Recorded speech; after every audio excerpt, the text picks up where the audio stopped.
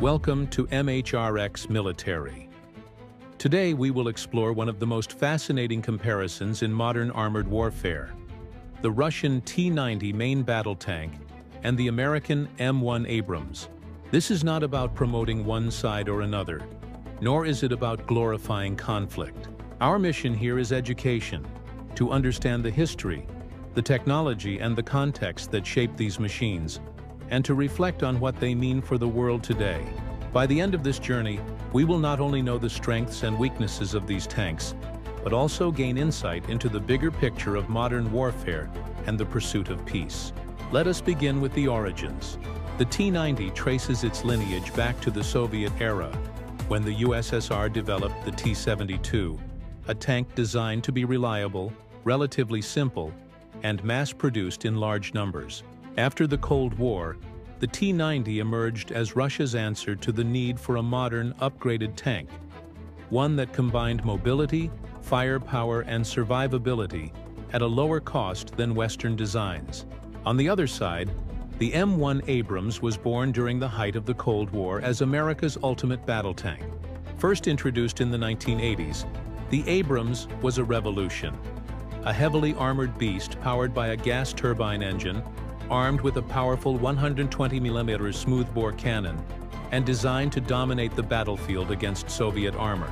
At first glance, the Abrams and the T-90 could not be more different. The Abrams is heavy, around 70 tons in its most advanced versions, emphasizing armor protection and firepower.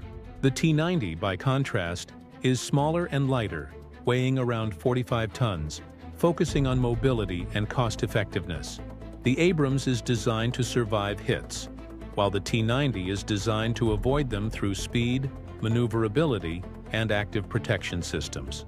This contrast reflects the philosophies of the nations that built them. The United States prioritizing survivability and technological superiority, Russia prioritizing quantity, adaptability, and affordability. Now let us look at the firepower. Both tanks are equipped with 120mm or 125mm smoothbore cannons capable of firing a variety of ammunition, from armor-piercing rounds to guided missiles. The Abrams uses advanced depleted uranium rounds that can penetrate most known armor. The T-90, on the other hand, can fire the 9mm119 reflex missile directly from its gun barrel, giving it an extended reach against both tanks and helicopters. In terms of rate of fire, the T-90 relies on an autoloader system, reducing the crew to 3 men, while the Abrams uses a human loader, keeping a crew of 4. Each system has its advantages. The autoloader saves weight and manpower, while the human loader can adapt and reload faster under pressure.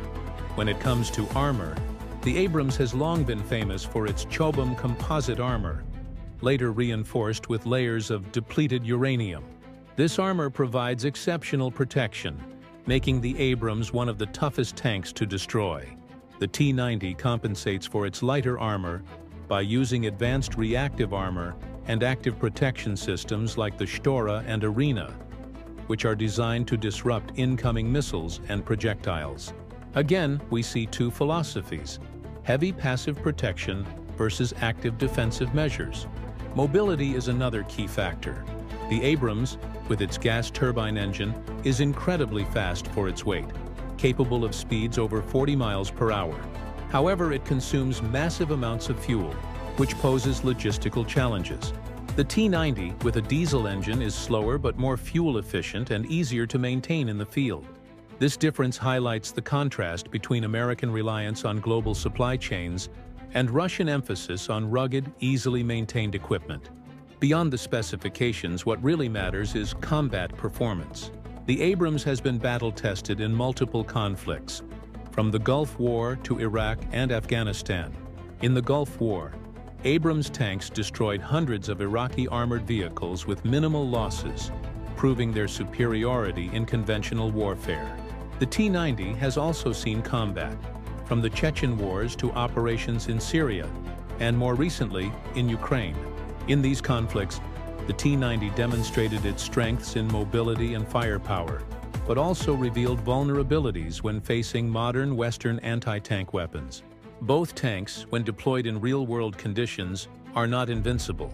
Terrain, tactics, logistics, and crew training all play decisive roles. This brings us to an important truth. No tank fights alone. Both the T-90 and the Abrams are part of larger systems of warfare. They rely on infantry support, artillery, air cover, and logistics. A tank without fuel, without ammunition, or without coordination is just a heavy target. That is why, in modern military thinking, tanks are no longer the lone kings of the battlefield. They are powerful tools, but they must be integrated into combined arms operations to be truly effective. Geopolitically, the Abrams and the T-90 also symbolize the influence of their respective nations. The Abrams is used not only by the United States, but also by allies such as Egypt, Saudi Arabia, and now Ukraine. It is a symbol of American military power and alliances. The T-90, meanwhile, has been exported to countries such as India and Algeria, serving as a symbol of Russian defense industry and global reach. Each tank represents not only technology but also diplomacy and influence. But let us not forget the human side. Behind every Abrams crew or T-90 crew are real people. Young men and women trained to operate complex machines under dangerous conditions. Their experiences are defined not just by technology, but by fear, courage, and the will to survive. Every tank destroyed in battle is not just a statistic. It is a moment in someone's life, a story of survival or loss. By studying these machines, we are reminded of the human cost of war and why peace remains the ultimate goal. As we reflect on this comparison, we should remember that technology alone does not decide wars. History has shown us that training, morale, leadership, and strategy often matter more. The Abrams may be nearly indestructible in some conditions, but poor planning or logistics can still lead to defeat. The T-90 may be agile and efficient, but without proper support, it too can be vulnerable. What matters most is not the steel, but the people and the choices made by those who command them. In conclusion, the story of the T-90 and the Abrams is more than a tale of machines. It is a reflection of two military philosophies, two geopolitical realities, and the universal truth that war always comes with a cost. As we continue to study these weapons and their histories, let us remember why we do so. Not to celebrate destruction, but to understand it, and to ensure that we never take peace for granted.